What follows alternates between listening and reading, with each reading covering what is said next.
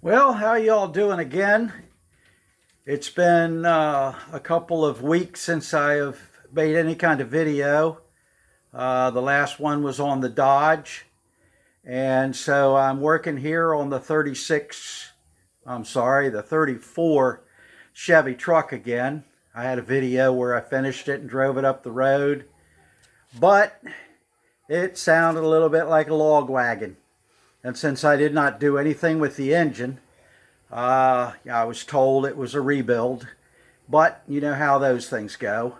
So I pulled the oil pan off of it for the second time. First time I pulled it off, I just made sure it was clean. I think I checked one rod bearing just to see if it was tore up. This engine normally takes shims, but they are no shims, but it is poured Babbitt bearings. So when I pulled it apart this time, I went a little further into it, and I found that it had 3 thousandths to 2 thousandths clearance, and there is no shims to remove. So that creates a mild problem. So since it's too much clearance and I have to do something, I took the rod cap and went over to my trusty belt sander and just whipped a little bit off of it very slowly and closed the cap up like that. It would have been about the same thing as you removed a shim. I just didn't have any shims to remove. But it's a delicate thing. You got to keep the cap straight. You got to be careful you don't cut too much off. All those little things. But let me show you exactly what we look like under the truck. All right, I got it jacked up into the stratosphere with a bunch of blocks that probably will kill me eventually.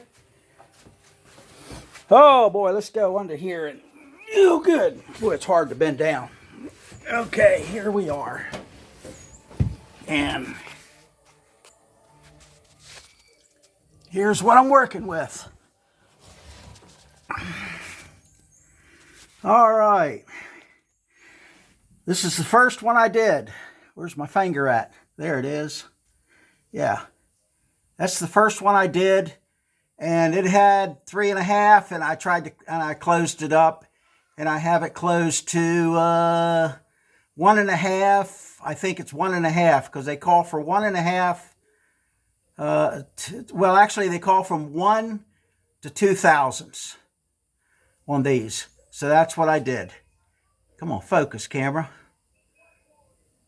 Okay, so this one came out fine. This is the one I'm working on right now. And of course, you know, this stuff is older than dirt and been through the ringer. And the crank isn't great. But this is what I have to work with. I mic'd it out, and it looks like it's slightly out of round. And of course, there's nothing I can do about it. And it did not tear the bearing up. And it had 4 thousandths. Was it 4? Yeah, just under 4 thousandths clearance, which is way too much. So I'm closing it up. And of course, I'm using plastic gauge to get it. And where's that? You know, I got side clearance and all that good stuff. So, you know, this is just what I got to work with. And it's, I could rip this motor out and have the crank ground and probably find somebody that can deal with these rods. But, you know, I'm going to do what I can do right here. I'm going to go through all the rods and do just what I've been doing. Cut a little bit off the cap, you know, the bottom of this, and tighten it up to get the right clearance. And then I'm going to put this unit back together. So we'll see. It's either going to self-destroy itself or it's going to be a lot quieter. I don't know which, because this is absolutely not the way to do it, but this is the way I am doing it. So you guys can laugh at me if you want, but you know, yeah, so I could be destroying this engine, but it isn't any good to me if it's going to make a bunch of noise, and I can't deal with that. So we're going to do something about it. Okay, let me show you the next little issue. Now this thing had, whoa, what do we got up here? Since I was upside down, I don't know if I turn the camera around or not. Okay. This thing had 30 pounds of oil pressure, and what is it? 30 pounds of oil pressure, and you run it. It gets hot. When it gets hot, the oil pressure drops down to 5-6 pounds. Now that's not hardly enough to register on a gauge, so that again was scaring me. Because, you look at the gauge and it looks like, to me, it says 0. But I put a real gauge on it and it says I had 5 pounds. But I'm going to see if I can improve on it just a little bit, because there's always an improvement somewhere if you dance around the shelf long enough. So this is what I'm going to do. Here we go. This oil pump is the one that come out of the truck. This is a 1934 Chevy oil pump, the original. Okay, this is the thin type. Got 2 little metal fins in there. And it's crude at best. This pump is a 1934 pump. This is the gear type, much better pump. But when you match them up, you see, it's 1 inch too long. This will fit in there, but it's just 1 inch too long. So, I am going to whack that off to get it the same length as this one. Take the shaft out, whack the shaft off, recut the little cut in the top of it, because it looks like a screwdriver. I can keep the heat down, and I should be able to grind that exactly like this one, or like it's supposed to be. And this pump, everything else is the same. There's a different screen right here, but once you put this on, it's the same base at the bottom. I mean, it's bigger, but it'll fit in the pan. So that's what I'm going to try and see if I can get a little more oil pressure and see if I can keep it there, because I always like these pumps better. So we're going to see just how this works. This is just one thing I'm doing. But we got to get the rods to stay alive first. So, I didn't want to pull this guy back in here. Because once I go out of the garage, I was sort of happy with them being outside. And I figured I'd drive them till they're dead again. But this one, I just wasn't satisfied with the engine. I got to give it every chance. And this is my way of doing it. Like I said, don't you guys ever try this stuff, because it probably is going to screw your engine up. So this is where I am.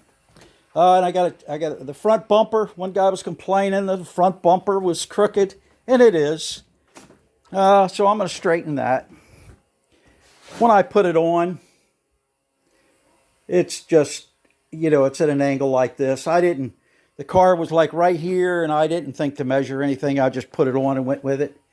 So I just loosen this bolt and jack it up, straighten it a little bit, and that'll make the whole world happy. Because that's the only thing wrong with this truck is the front bumper's a little crooked. Yeah, right. All right, so that's where I am. So I figured I just wanted to give everybody something to laugh at and call me a dummy. So that's where we are. I'm sorry I haven't made any more videos. I just don't have anything to show you, because I've got this project here, which is just an El Camino. As neat as they are, I'm doing the body work and getting ready to paint it. And it's like a 80 something. And since I don't do any new cars to speak of, and I consider this a new car, That's an old car. This is a new car. And I consider it a tree. But it's still cool, and the owner loves it.